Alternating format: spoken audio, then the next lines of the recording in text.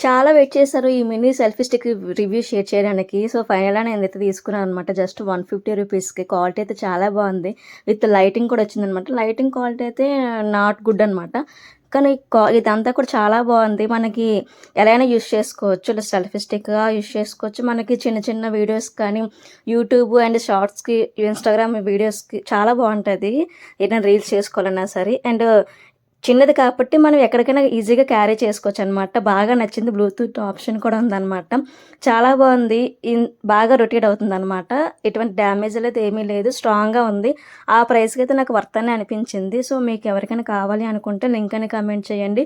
లేదు అనుకుంటే ఫాలో చేసి రీల్ నాకు షేర్ చేస్తే లింక్ అనేది నేను పంపించేస్తాననమాట.